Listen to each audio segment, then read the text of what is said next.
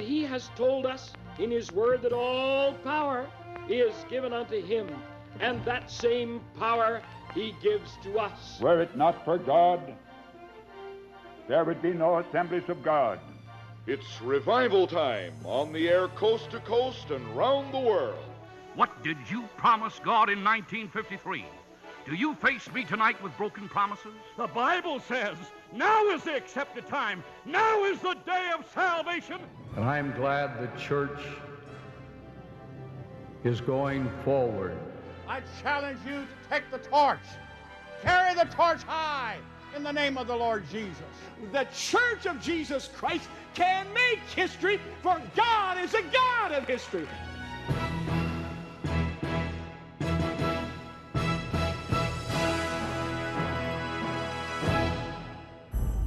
By the middle of the 19th century, a wave of evangelistic enthusiasm had spread all across America, carrying the gospel to the edge of the frontier.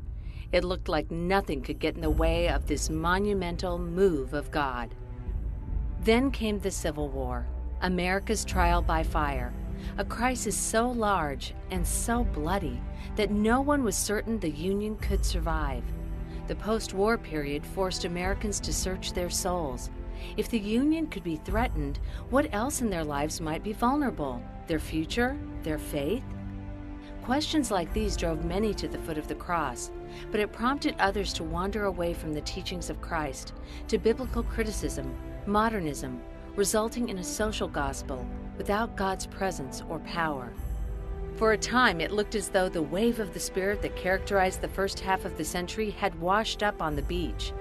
But God wasn't finished moving. By the 1890s, small groups of eager, devout believers began exploring the Scriptures, poring over the New Testament in search of a biblical model of ministry. That search led them to the account of the first Pentecost, recorded in Acts chapter 2. Early Christians gathered in an upper room, heard a sound like a rushing wind. The Holy Spirit descended on them.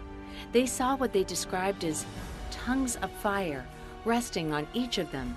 They spoke in other languages as the Spirit enabled them. Could it be that what happened to those first believers was more than an isolated incident? Could the same kind of experience be possible for believers today?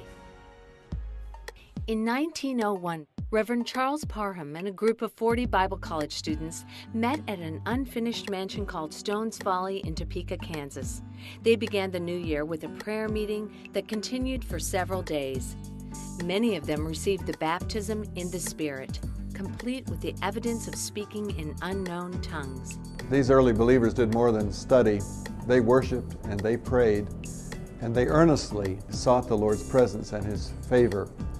They reached out to people that didn't know Jesus, and they sought the empowerment of the Holy Spirit that comes with the baptism of the Spirit and with the initial physical evidence of speaking in other tongues. They were persecuted, but they also had power, and they believed that God was going to send an end-time revival to the Church of Jesus Christ. Farther to the west, at the Los Angeles Azusa Street Mission in 1906, William Seymour held evangelistic services and prayer meetings over a 3-year period that were so intense, so marked by the same kind of evidence of the Spirit, they captured the attention of believers and non-believers alike from around the world. By 1913, there were literally hundreds of congregations and dozens of publications from coast to coast that had come to be called Pentecostal, named after that incredible experience in the first century that was becoming a modern-day reality in so many lives. It was about this time that the leaders of several of these groups began to talk seriously about uniting. They felt impressed that joining together in some way might not only fan the flame of revival, but also make them more effective in the work God had given them to do. So the word went out. The notice called for a convention for Pentecostal saints and churches of God in Christ. And in fact, the notice carried this refrain, "No deadbeats allowed." They were a fiercely independent group, and in fact they were that way because many of them had been expelled from established churches. Many of them that came to Hot Springs were opposed to organization of any kind, but they quickly learned that organization was important if we are going to effectively work together to do the work of Jesus in this world. That's not to say they didn't have a lot in common. What drew these groups together to begin with was the common beliefs they held, which are still the basic doctrines of the church today. Salvation through Jesus, healing for the sick, the soon return of Jesus, and the baptism of the Holy Spirit with the physical evidence of speaking in other tongues. Knowing that their ranks were divided, the council's leaders opened the meeting by getting right to business, the business of prayer. They sought the Lord together for 3 straight days. When they got off their knees, they found they really were united and unanimously agreed to become the General Council of the Assemblies of God, a cooperative fellowship. The idea was that each church would be sovereign in its governance. Churches would elect their own pastor and deacon board, own their own property, set their own ministry agenda, and choose the ministry programs they would effect. At the same time, they would teach the Pentecostal doctrines. And they would work together as a cooperative fellowship that would take the gospel of Jesus Christ around the world. E.N. Bell was elected as the first general chairman. Bell pastored a church in Arkansas and edited a publication called Word and Witness.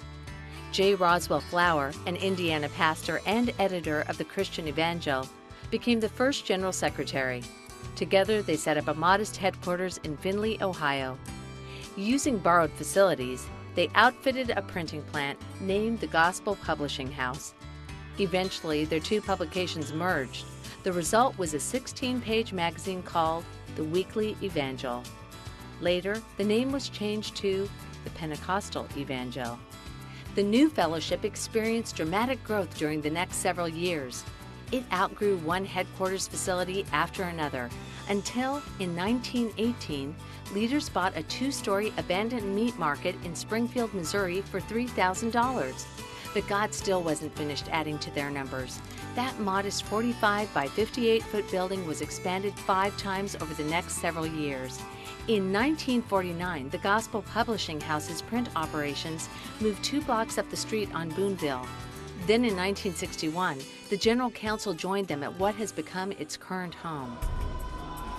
As the 21st century stretches out before us, God is still writing the history of the Assemblies of God. The story is far from over. He's still calling us to care, to commit, to get involved, to carry His gospel with us into every relationship, every activity, to love people intensely because we love Him so intensely. If we respond to His call, we can count on Him to do even more amazing things as He fills in the pages that remain before He returns. We invite you to be part of that adventure as it unfolds.